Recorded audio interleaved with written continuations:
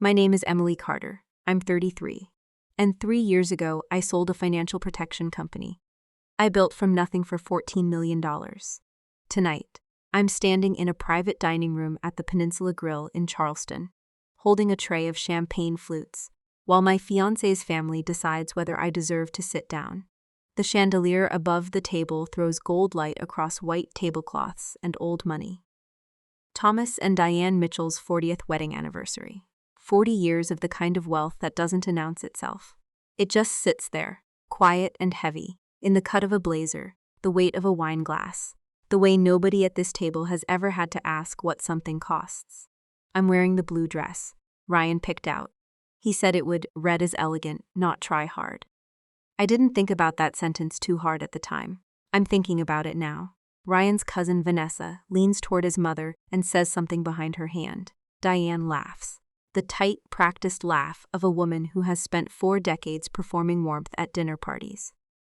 Then Ryan taps his glass with a fork, and the room quiets, and he puts his arm around my shoulder, like I'm a prop he's about to unveil. "Everyone, this is Emily," he says, grinning. "She's just a waitress at Hall's Chop House. Don't worry, she knows how to handle a crowd like this one." The table laughs, not a small laugh, a real one, rolling and easy. The kind of laugh that means everyone already knew the punchline before he said it. I keep my face still. That's a skill you learn fast when you've spent a career sitting across from angry retirees who just found out their life savings were gone. You learn how to hold a room's temperature without your own face giving anything away. So I smile.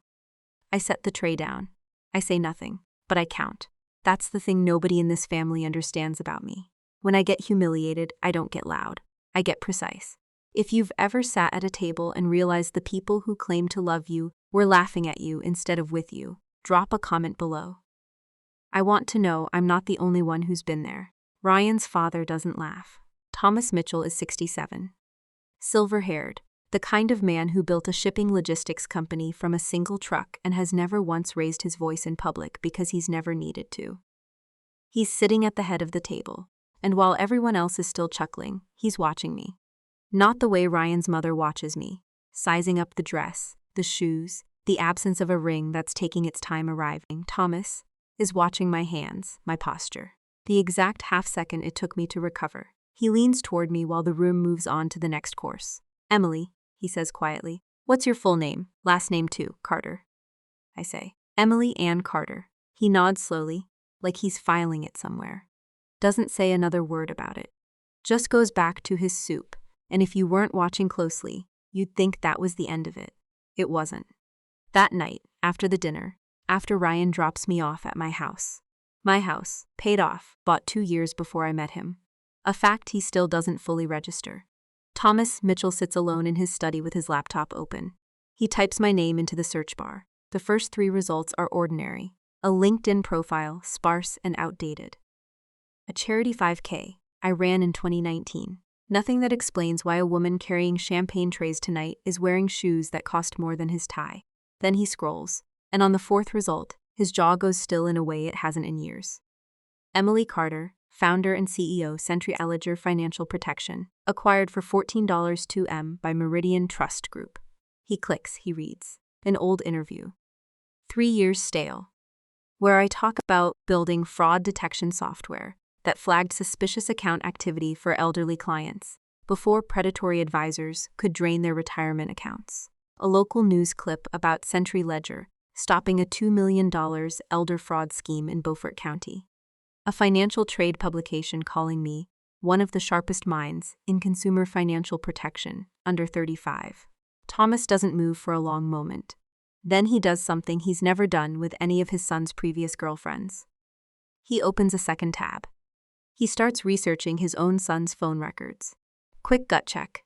If a family member ever underestimated you because of what you did for work, not who you actually are, how long did it take before the truth came out? Let me know in the comments. I don't find out about any of this for weeks. I'm not thinking about Thomas Mitchell's search history. I'm thinking about the shift I picked up Saturday, the way my feet ache after a double, the quiet satisfaction of coming home to a house nobody handed me and cooking dinner in a kitchen where nobody's watching my net worth. That's the part Ryan's family never understood. I didn't take this job because I had to. I took it because after Century Ledger sold, after 2 years of investor calls and acquisition lawyers, and a due diligence process so invasive, I had strangers auditing my grocery receipts. I wanted something simple. Something where the only thing anyone judged me on was whether their water glass stayed full. Ryan and I met at that restaurant, actually. He came in with coworkers, ordered a $340 bottle of wine to impress them, and asked for my number on a receipt like it was 2004. I liked that he didn't know anything about me. For the first time in years, somebody wanted to know me before they wanted to know my balance sheet. I should have paid closer attention to what happened. After he found out I owned a paid-off house on Trad Street, the questions started small, casual. Do you still have investments from the sale? Did you set up a trust? Have you thought about a prenup, just so things are clean? I told myself that was responsible. Practical, the kind of things smart adults discuss before marriage. I didn't know yet that he'd already discussed my finances with his mother, that there was a text thread with his sister Claire, dated 4 months before he proposed, where Diane Mitchell wrote, "She sold that company for 8 figures, Ryan. Don't let this one slip through your fingers like the last 2. I didn't know that just a waitress wasn't an insult born from ignorance. It was a performance.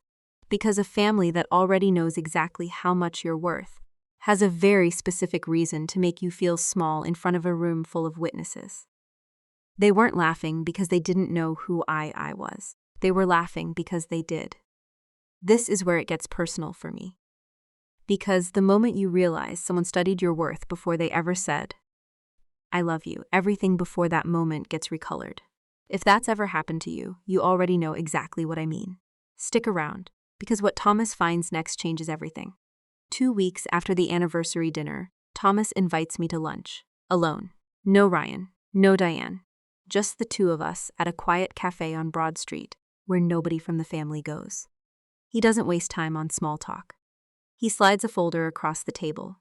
Not evidence yet, just a printed copy of the Century Ledger acquisition article, highlighted in 3 places. "I owe you an apology for that dinner," he says, "but before I give it, I need you to answer something honestly. Does my son know what you actually built?" I look at the highlighted paragraph, at the numbers circled in blue pen. "He knows I sold a company," I say carefully. "I don't think he's ever asked what it did." Thomas nods, like that confirms something he already suspected. He folds his hands on the table, and for the first time since I've known this family, someone looks at me like I'm not a line item. "I think you need to see something," he says. "And I think, given what you used to do for a living, you're going to know exactly what you're looking at faster than I did." He's right. By the time he finishes talking, I've already started running the numbers in my head. The same cold, precise arithmetic I used to run on behalf of strangers whose families were quietly draining them.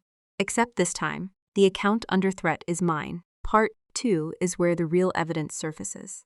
And trust me, what Emily finds makes that dinner table laugh look like the smallest insult in the story.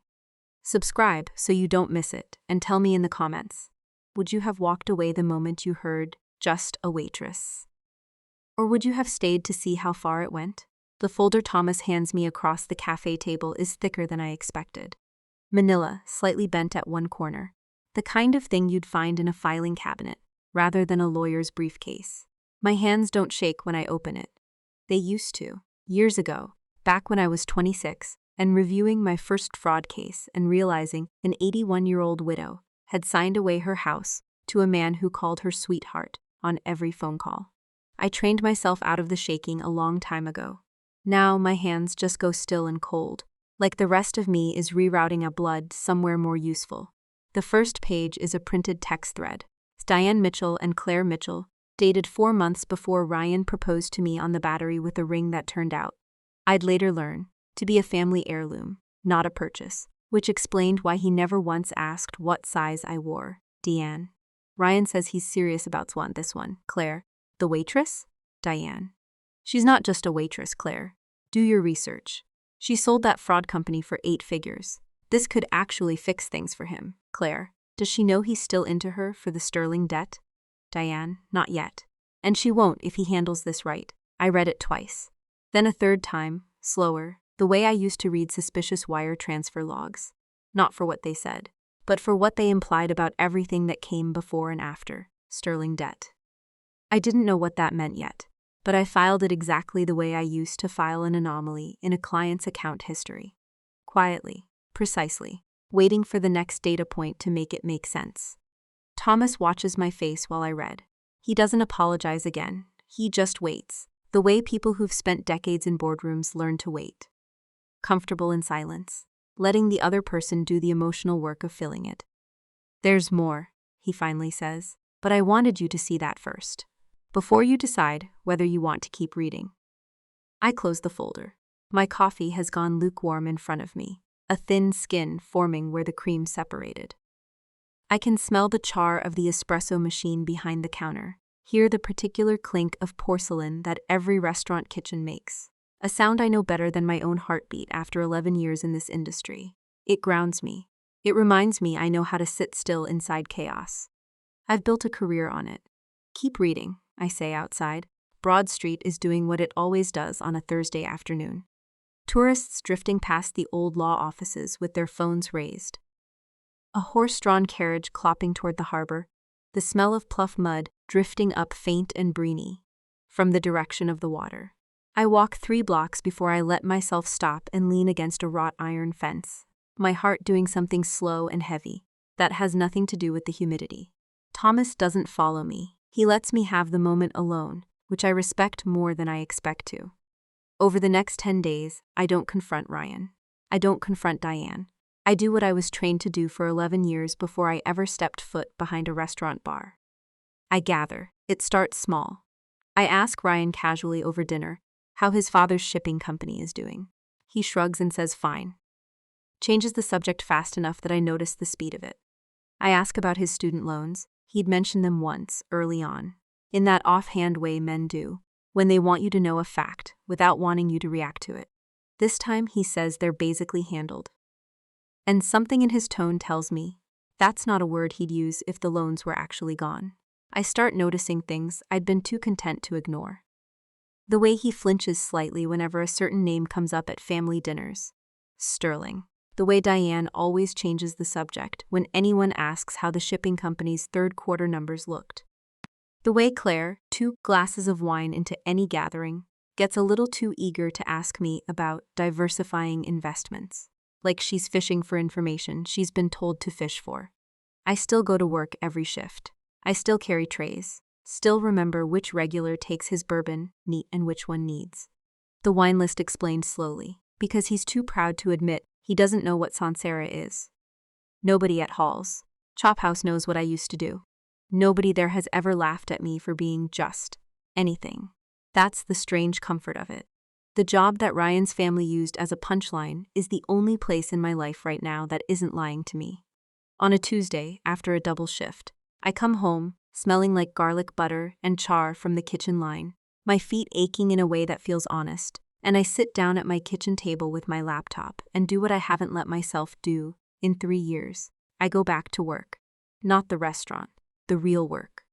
The kind where I pull public records, cross-reference filings, follow a paper trail, the way I used to follow one on behalf of clients who trusted me with their entire financial lives. I start with the county court records portal, the same database I used to teach junior analysts to search first, because bankruptcy filings and civil judgments almost never lie the way people do.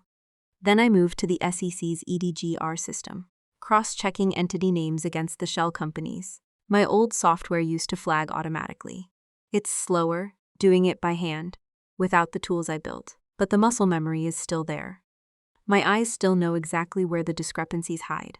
Sterling Logistics Partners, a company that, 6 years ago, entered a joint venture with Mitchell Shipping, Thomas's company, and then collapsed under what the filings vaguely call operational mismanagement.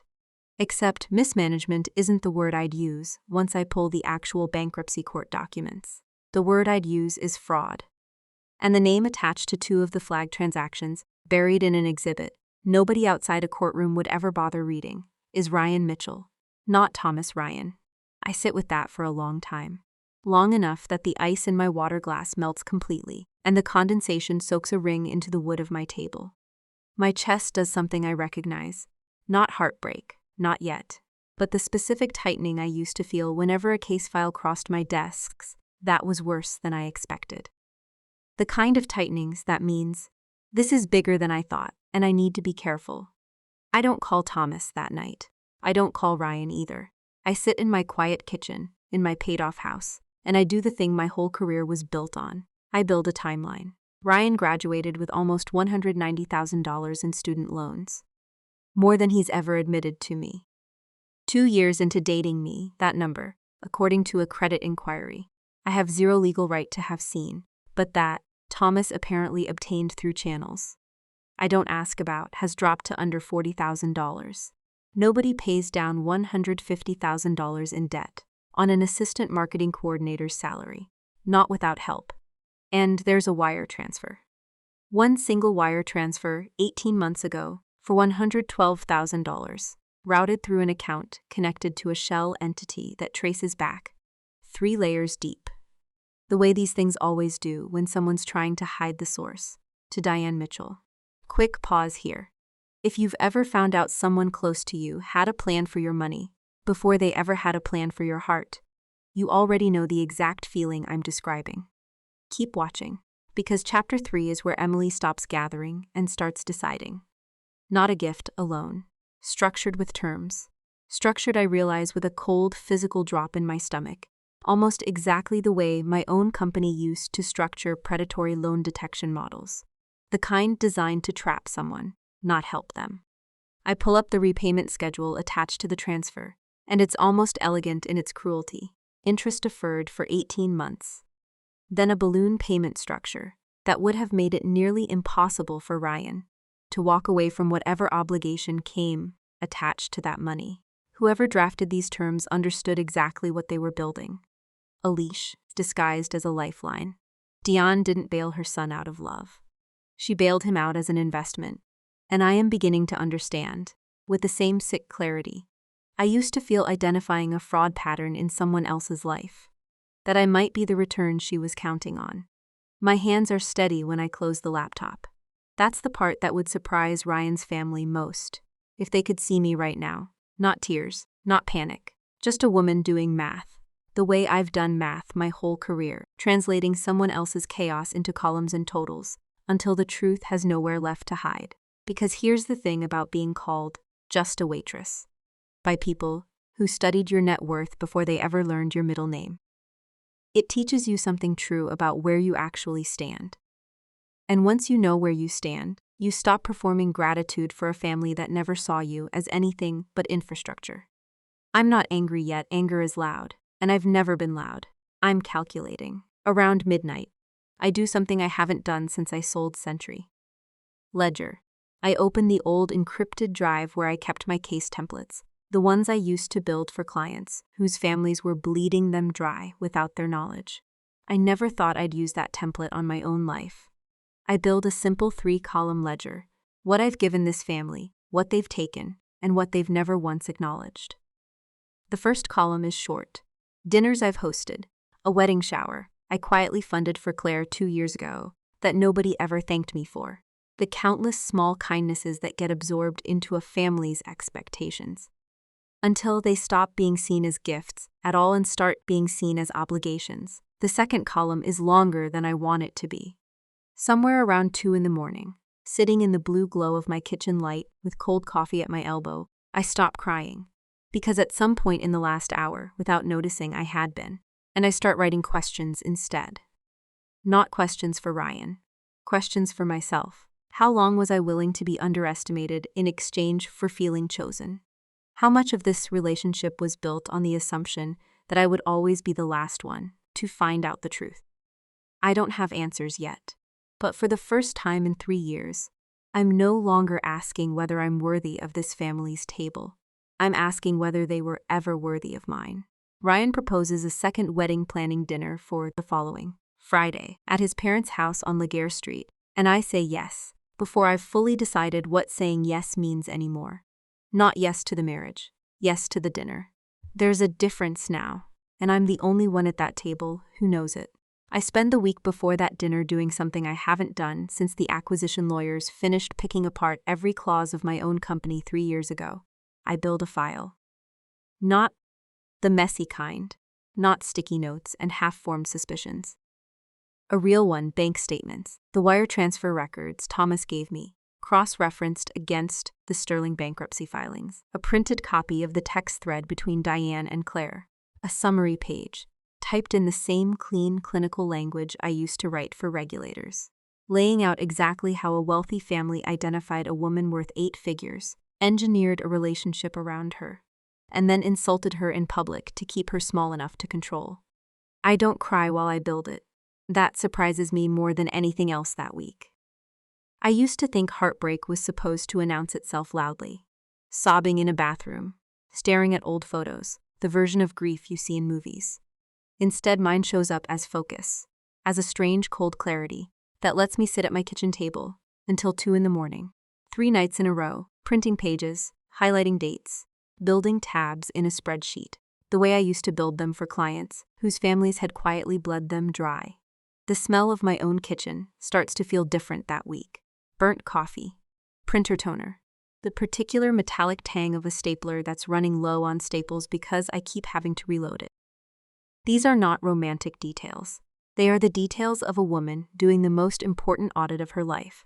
On Wednesday, Ryan calls to confirm dinner. His voice is easy, warm, completely unaware that anything has shifted. "Mom's doing the crab dip you like," he says. "And hey, Dad mentioned you two had lunch a couple weeks back. Everything okay?" My hand tightens slightly around the phone. Not visibly, not in a way anyone could see, but I feel my jaw set feel. The particular stillness come over my face that I used to wear into hostile deposition rooms. "Everything's fine," I say. "I'm looking forward to Friday." That's not a lie, exactly. I am looking forward to it. Just not for the reasons he thinks. After I hang up, I sit on the edge of my bed for a long moment, phone still warm in my hand. And I notice something I haven't let myself notice in 3 years together. How easily I've learned to compartmentalize this relationship into 2 separate people. There's the Ryan who texts me good morning with a coffee emoji, who remembers I take my tea with honey, not sugar, who once drove 40 minutes in the rain to bring me soup when I had the flu. And then there's the Ryan attached to a fraud exhibit in a bankruptcy filing, the Ryan whose family openly discussed my former company's valuation like it was a line item on a due diligence sheet before he ever proposed. I used to think those were the same man wearing different moods. Now I understand they might simply be the same man wearing different purposes. I think about the anniversary dinner a lot that week. The exact moment Ryan's arm went around my shoulder. The exact cadence of, "She's just a waitress." The exact sound of the table laughing. I used to replay it and feel small. Now I replay it and notice something different. How confident he was saying it. How easily the words came. A man doesn't insult a woman that casually, in front of that many witnesses, unless some part of him has already decided her opinion of him doesn't matter anymore. Unless some part of him already believes he's won. That's the moment I understand what I actually am to this family. Not a partner. Not even really a target. I'm infrastructure. A load-bearing wall. Nobody thanks because nobody thinks about walls until they're gone. I paid for things quietly. I showed up for things loudly. I absorbed insults gracefully because I told myself grace was a virtue, when really it was just training. The training every woman gets, somewhere along the way, to mistake her own erasure for good manners. I think about Sentry Ledger, about the years I spent building software that could detect, in a stranger's bank statement, the exact moment someone stopped being loved and started being used. I built an algorithm that could flag it in someone else's life in under 4 seconds. It took me 3 years to flag it in my own. I don't blame myself for that, I used to. Somewhere in the second sleepless night that week, staring at Diane's text thread on my laptop screen. She still controls millions from her former company. I stop asking how I missed it, and I start asking a better question. What happens now that I haven't?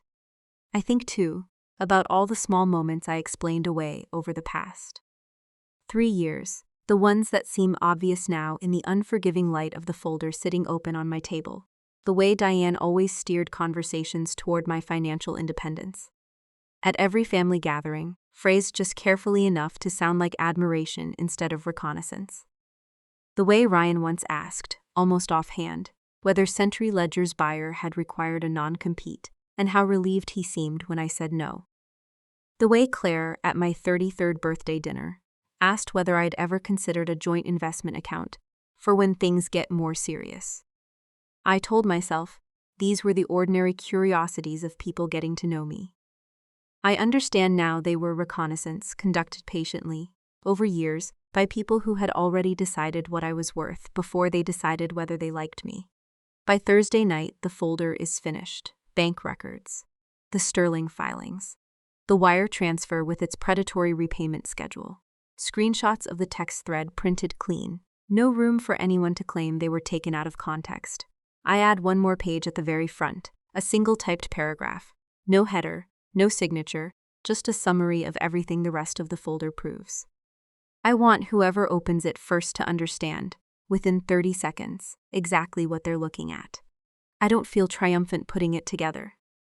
I want to be honest about that, because I think people expect this part of the story to feel like power, like some cinematic moment of righteous fury. It doesn't. It feels like closing a case file on a client I liked. There's a particular grief in confirming that the thing you feared was true, actually, was true, even when you already knew, somewhere underneath, that it was. I think about the version of myself who took this restaurant job 3 years ago, because she wanted a life where nobody calculated her worth before they learned her name.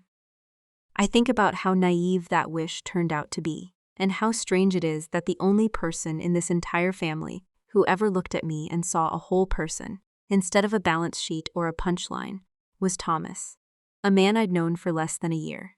If you've ever done the quiet work of proving to yourself that your instincts were right all along, you know exactly what this week felt like for me.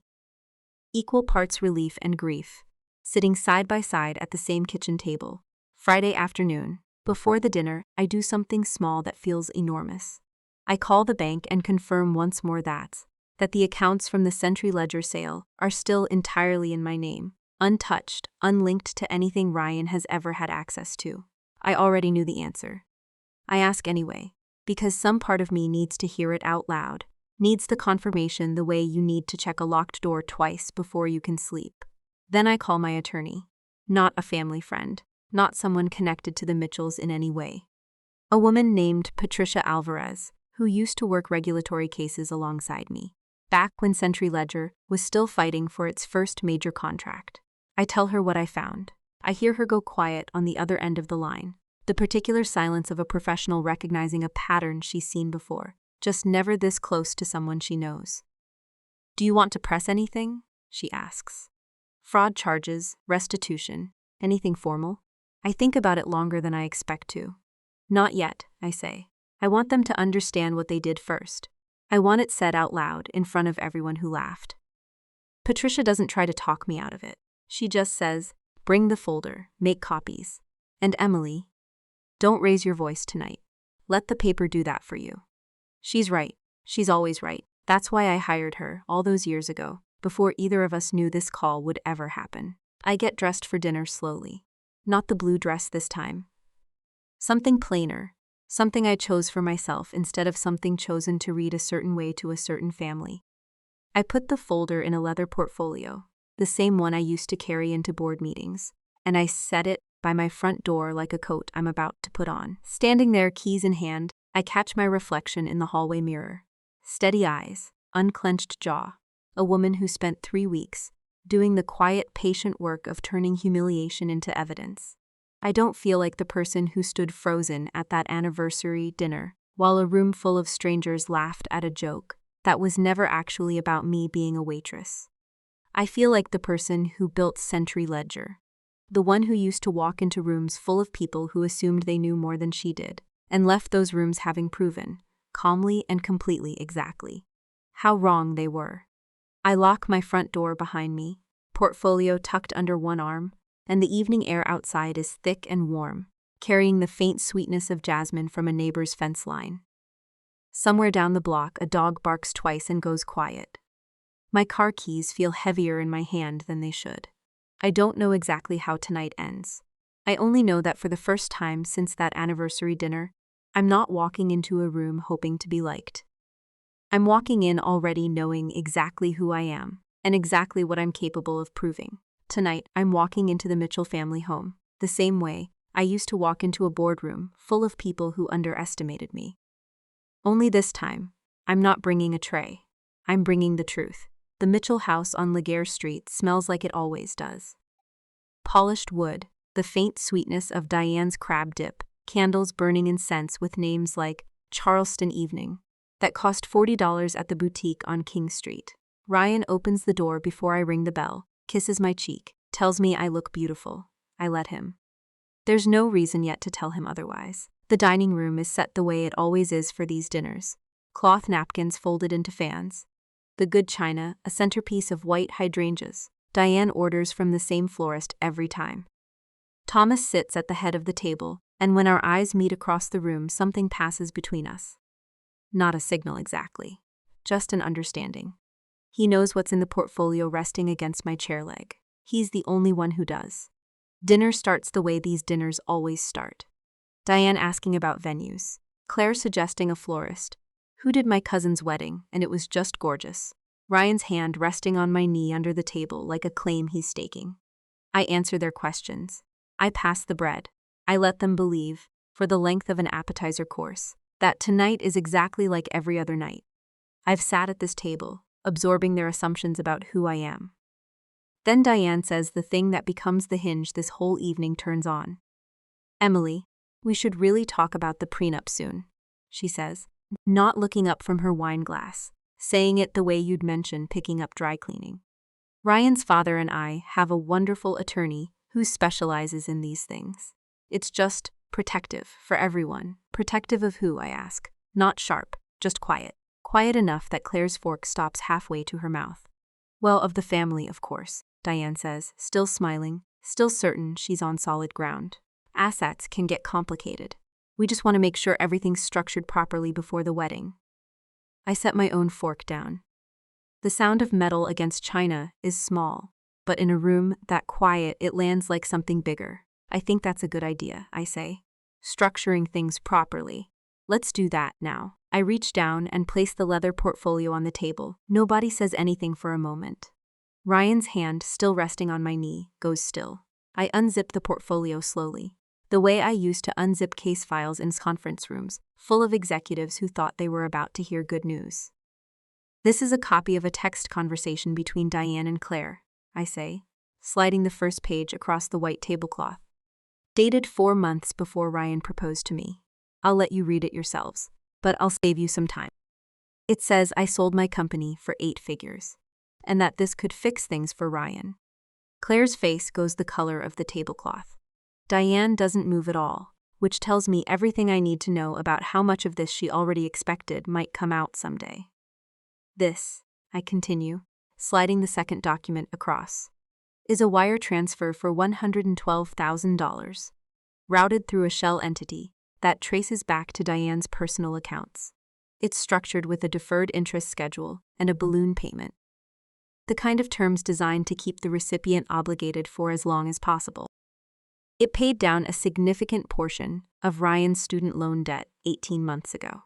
Emily, Ryan starts, his voice cracking slightly on my name. And this, I say, not raising my voice, sliding the third document, the thickest one, across the table last, is a Chapter 11 bankruptcy filing for Sterling Logistics Partners, a joint venture with your father's company that collapsed 6 years ago under what the court records call operational mismanagement. Except, it wasn't mismanagement. It was fraud. And your name is on 2 of the flagged transactions, Ryan. Not your father's. Yours. The silence that follows is the loudest thing I've ever heard at this table. I watch Ryan's jaw work, that small muscle at the corner, tightening and releasing. The same tell I used to watch for in clients who were about to admit something they'd spent years avoiding. Claire's hand has gone still on the stem of her wine glass. Even the candles seem to be holding their breath. Thomas is the one who finally speaks. He's looking at his son with an expression I haven't seen on him before. Not anger exactly. Something closer to disappointment that's had 6 years to compost into something heavier. You called her just a waitress. Thomas says quietly, because you never bothered to learn who she actually was. None of you did. You saw a number on a screen and you built an entire relationship around collecting it. Dad. It's not. Ryan starts. Don't, Thomas says. Just that one word. And Ryan stops. I don't scream. I want to tell you that clearly because I think people expect this moment to feel like an explosion, and it doesn't. It feels like the opposite. Like something finally settling into stillness after being unbalanced for 3 years. Diane is staring at the folder like it might rearrange itself into something less true if she looks at it long enough. Claire has gone completely silent, which for Claire is its own kind of confession. I'm not here to humiliate anyone, I say, and I mean it. I could have. I had 3 weeks to build something far more aggressive than this. I didn't, because I don't actually want revenge. I want you to understand what you did. And I want to be the one who decides what happens next, instead of finding out later that you'd already decided it for me. I look at Ryan directly for the first time since I sat down. You told an entire room I was just a waitress because it was easier than admitting you knew exactly what I was worth. And you were afraid that if people saw me clearly, they'd start asking why someone like me was with someone like you. He doesn't argue. That's the answer, really. The silence where a defense should have been. I think, standing there, about all the versions of this moment I imagined during those 3 sleepless weeks. The version where I scream. The version where I cry. The version where I simply disappear from this family without a word of explanation. None of them felt as clean as this. There's a particular power in stating a fact plainly and letting the room reorganize itself around the truth instead of around your emotions. I learned that in boardrooms years ago. I never expected to need it at a dinner table. The engagement is over, I say, standing closing the portfolio. I've already spoken with my attorney about the financial exposure here, and I'll be in touch through her going forward about restitution for the fraud involving your father's company, separate from any of this. That's not personal. That's just accountability. I leave copies of everything on the table. I don't need to keep the originals close. Patricia already has certified copies locked away, along with a memo documenting tonight, dated and time-stamped, in case anyone in this family decides later that memory is more flexible than paper. Thomas walks me to the door. Outside, the evening air is warm and heavy with jasmine, and for a moment neither of us says anything. I'm sorry, he finally says. For the dinner, for all of it. I should have looked closer, sooner. You looked closer than anyone else in that house ever did. I tell him. That matters more than you think. I drive home that night with the windows down, the smell of the harbor drifting through downtown Charleston, and I don't cry. I keep waiting for the grief to arrive the way it's supposed to. The way it does in every story about a canceled wedding, and instead, what arrives is something quieter. Relief, mostly. The specific relief of finally putting down a weight. I'd been carrying so long, I'd forgotten. It wasn't just part of my own body. Months later, I'm back behind the bar at Hall's Chop House on a Tuesday night. Not because I need the money. I never needed the money. But because I love the particular honesty of that room. Nobody there has ever asked what my net worth is. Nobody there has ever calculated my value before they learned my name. Thomas still calls sometimes, on Sunday afternoons, just to check in. He tells me the Sterling matter is finally being handled properly, that restitution is underway for the people that fraud actually hurt. He apologized once, fully, without excuses, and I believed him. Because a man doesn't investigate his own son, unless something in him still values the truth more than comfort. Here's what I learned. Sitting at that dinner table with a portfolio full of proof, the people who study your worth in secret are rarely the ones who end up seeing you clearly. Real respect doesn't need a bank statement to recognize someone's value. It sees the person first, long before it ever asks what they're worth. And the ones who call you just something, just a waitress, just an assistant, just anything, are usually the ones who already sense you're more than they know how to handle. I don't regret the years I spent quiet, working my shift, letting people underestimate me. That quiet was never weakness. It was where I did my best work, the same place I built a company that protected other people's futures, the same place I eventually protected my own. Sometimes the people who ask the fewest questions are the ones paying the closest attention, and sometimes The most powerful thing you can do with someone else's underestimation of you is simply let them keep making that mistake until the evidence speaks for itself. If this story hit close to home for you, if you've ever been underestimated by people who should have known better, that's exactly the kind of story we tell here. Subscribe to Shadow Drama Stories for more, and let me know in the comments. Would you have handed over that folder the way Emily did, or would you have walked away without saying a word?